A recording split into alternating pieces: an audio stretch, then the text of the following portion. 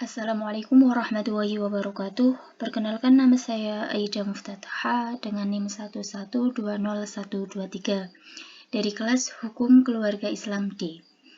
Makul Sejarah Peradilan Islam. Tujuan saya membuat video ini dengan tema Saatnya yang Muda Bicara Sejarah.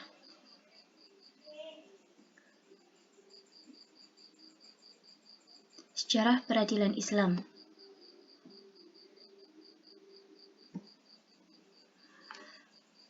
Satu, sejarah peradilan pada masa Rasulullah. A. Kondisi peradaban pada masa Rasulullah. Di masa Rasulullah SAW, perkara yang diputuskan Nabi Muhammad SAW pasti langsung dijalankan. Mereka sangat patuh kepada segala putusan Rasulullah SAW sepeninggal Nabi Muhammad SAW. Orang yang pertama menjadi hakim dalam Islam adalah Rasulullah SAW sendiri.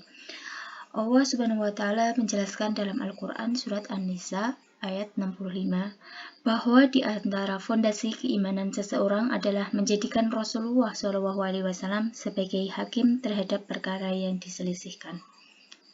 Setiap hukum yang ditetapkan Rasulullah SAW sumbernya adalah wahyu dan ijtihad Rasulullah.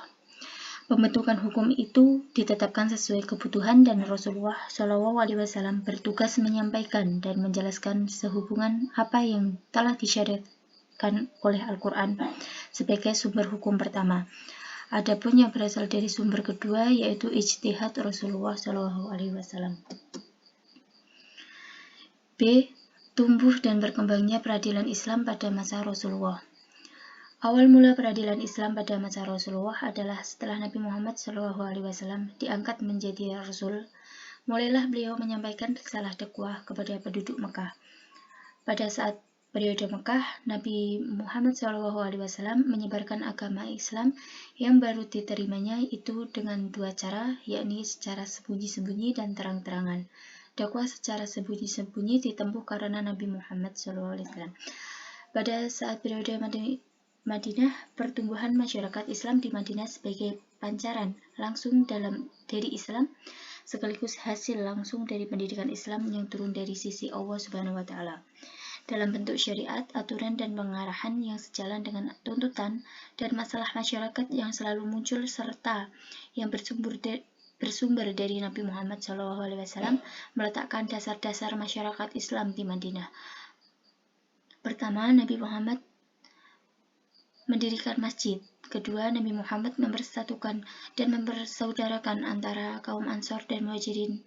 Ketiga, Nabi Muhammad membuat perjanjian untuk saling membantu antara sesama kaum muslim dan non-muslim. Keempat, Nabi Muhammad meletakkan dasar-dasar politik, ekonomi, dan sosial. C. Perbedaan dan perubahan peradilan Islam pada masa Rasulullah. Masyarakat Arab pada zaman jahiliyah, para Islam dapat dikatakan belum memiliki bentuk maupun sistem peradilan yang mapan. Begitu juga dengan undang-undang atau hukum tertentu semacamnya yang dapat dijadikan referensi dalam menyelesaikan berbagai persoalan dan persengketaan yang seringkali terjadi di antara mereka.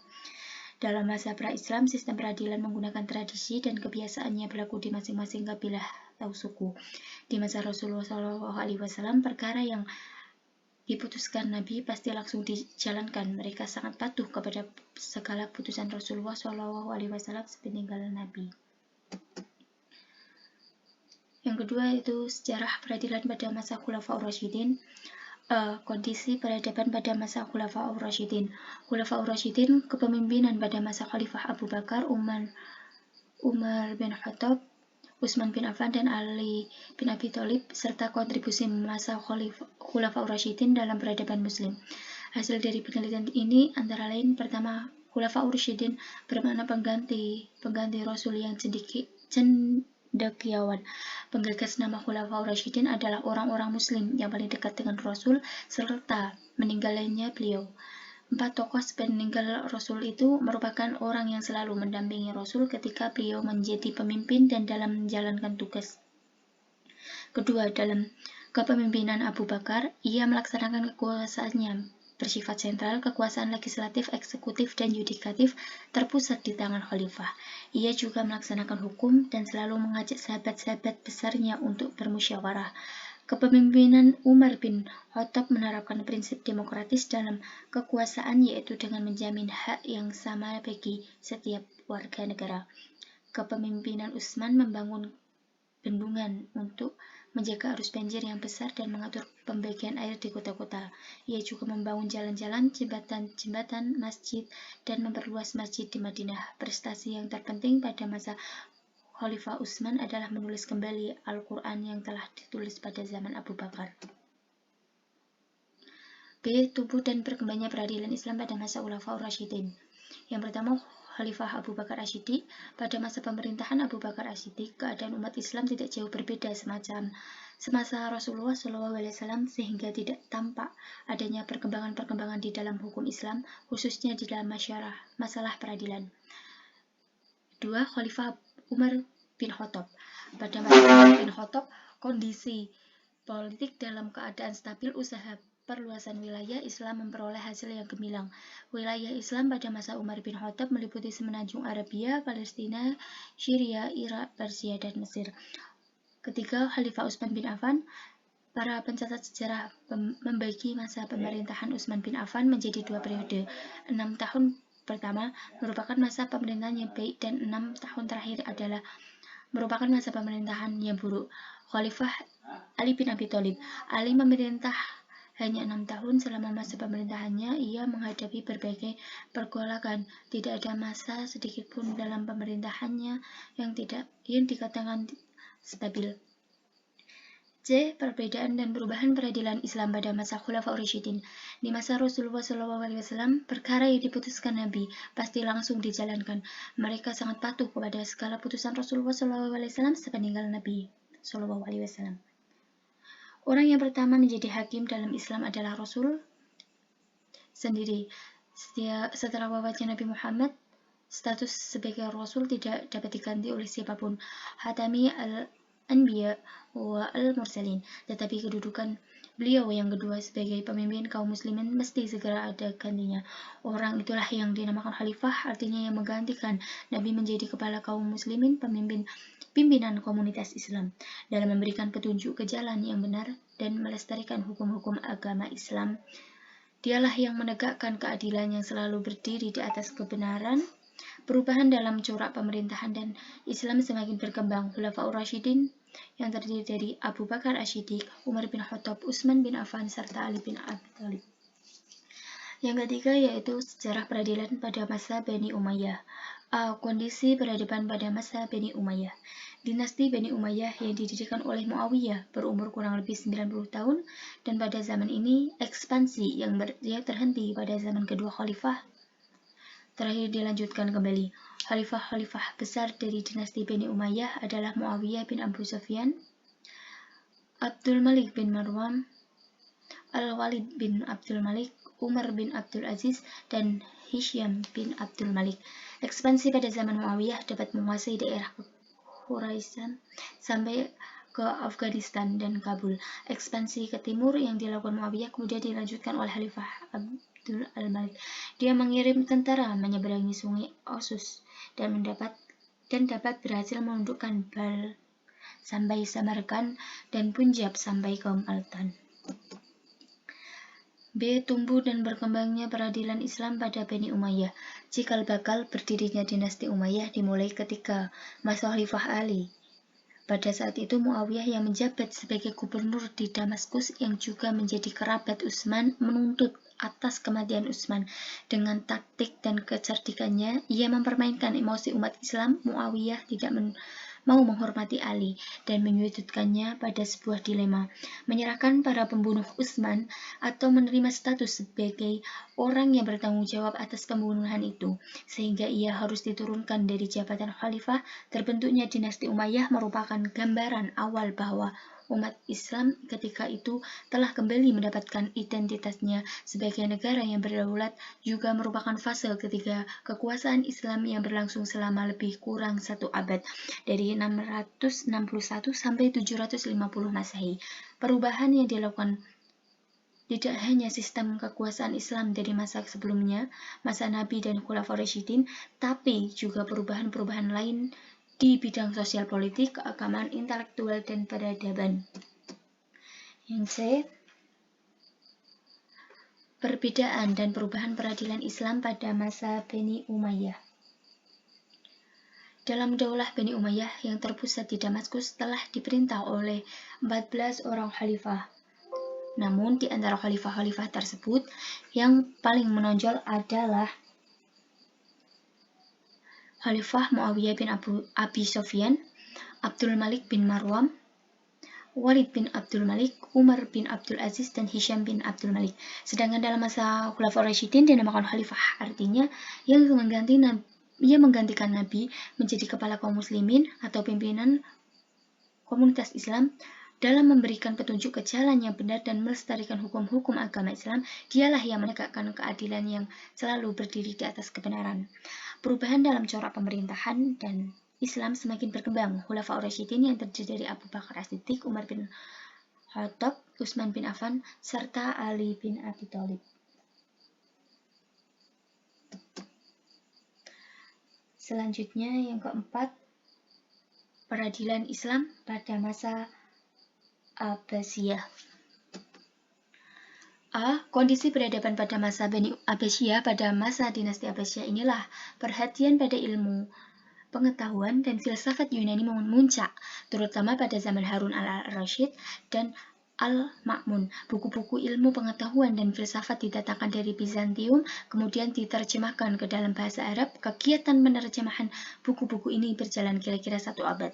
Bait al-Hikmah yang didirikan Al-Ma'mun bukan hanya merupakan pusat terjemahan, tetapi juga akademi yang mempunyai perpustakaan. Di antara cabang-cabang ilmu pengetahuan yang diutamakan dalam Bait al-Hikmah ialah ilmu kedokteran, matematika, optika, geografi, fisika, astronomi, dan sejarah di samping filsafat. Yang B. Tumbuh dan berkembangnya peradilan Islam pada masa Bani Abbasiyah. Bani Abbasiyah dan atau kekhalifahan Abbasiyah adalah kekhalifah kedua Islam setelah masa Khulafaur Rasyidin. Bani Abbasiyah berkuasa mulai tahun 750 Masehi sampai 1258 Masehi setelah merebut kekuasaan dari Bani Umayyah dan menundukkan sewilayahnya kecuali Andalusia. Namun Abbasiyah merujuk kepada keturunan dari paman Nabi Muhammad SAW yang terbuda, yaitu Abbas bin Abdul Muthalib, sehingga mereka juga termasuk ke dalam Bani Hashim. Bani Abbasiyah mencapai puncak kejayaannya pada masa pemerintahan Sultan Harun al-Rasyid dan putranya Al-Ma'mun. Pada masa Harun al-Rasyid, Baghdad mulai menjadi pusat peradaban dunia dengan tingkat kemakmuran dan peran internasional yang luar biasa. Sedangkan kemajuan keilmuan di Baghdad mencapai puncaknya pada Al-Ma'mun dengan didirikannya Baitul Hikmah sebagai pusat perpustakaan dan kajian keilmuan. Kemajuan Islam pada masa Bani Abbasiyah dapat diuraikan sebagai berikut. 1. Kemajuan dalam bidang sosial, budaya. 2. Kemajuan dalam bidang politik. Dan 3. Kemajuan dalam bidang ilmu pengetahuan. Dan 4. Kemajuan dalam bidang ilmu agama Islam. C. Perbedaan dan perubahan peradilan Islam pada masa Bani Abbasiyah. Perbedaan Bani Abbasiyah dan Bani Umayyah antara lain adalah perbedaan kebijakan terhadap rakyat non-Arab. Bani Umayyah mendiskriminasi kalangan non-Arab, sementara Bani Abbasiyah lebih menerima kalangan non-Arab. Perbedaan kebijaksanaan ekspansi. Bani Umayyah mementingkan memperluas, sementara Bani Abbasiyah lebih mementingkan perkembangan ilmu pengetahuan dan konsolidasi wilayah. Yang selanjutnya yaitu peradilan Islam pada masa Turki Utsmani. A. Kondisi peradaban pada masa Turki Utsmani. Di negara-negara Arab pada masanya, kerajaan Turki Utsmani merupakan kerajaan terbesar dan panglima berkuasa. Berlangsung selama 6 abad lebih, dari 1281 sampai 1924 Masehi. Pada masa pemerintahan Turki Utsmani, para sultan bukan hanya merebut negeri-negeri Arab, tetapi juga seluruh wilayah Kaukasus dan Wina, bahkan sampai ke Balkan. Dengan demikian tumbuhlah pusat-pusat Islam di Traj, Makedonia, dan sekitarnya. Eksistensi Kerajaan Turki Utsmani sangat diperhitungkan oleh ahli-ahli politik Barat. Hal ini didasarkan pada realitas sejarah bahwa selama berabad-abad kekuasaannya, Turki telah memberikan kontribusi yang besar terhadap perkembangan peradaban baik di kawasan negara-negara Arab, Asia, bahkan Eropa.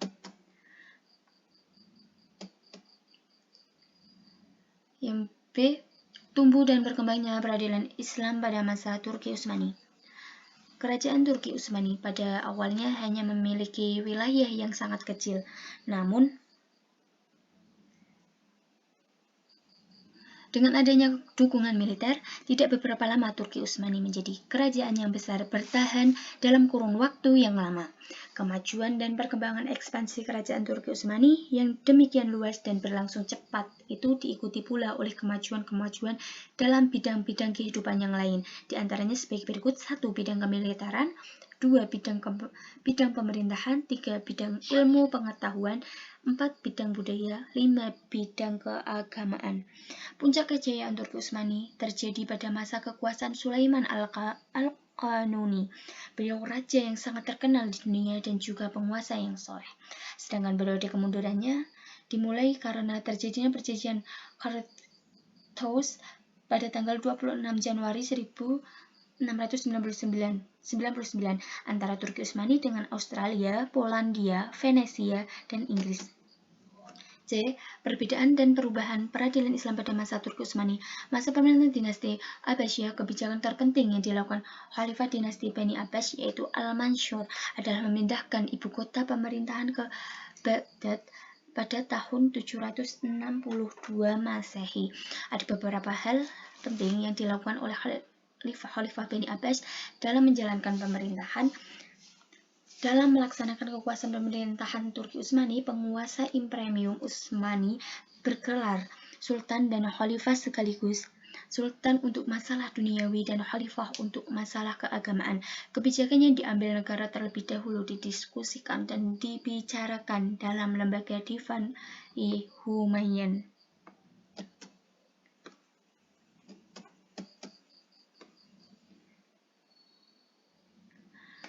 Terima kasih.